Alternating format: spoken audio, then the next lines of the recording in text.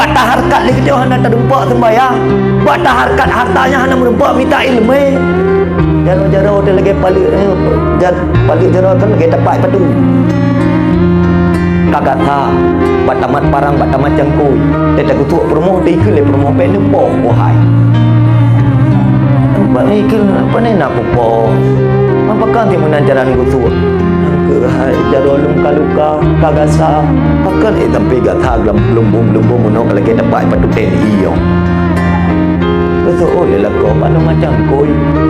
Buat lah, kau boleh naliang bapak kopi. Baku mah parang kucung-cah dalam pok dan kuku.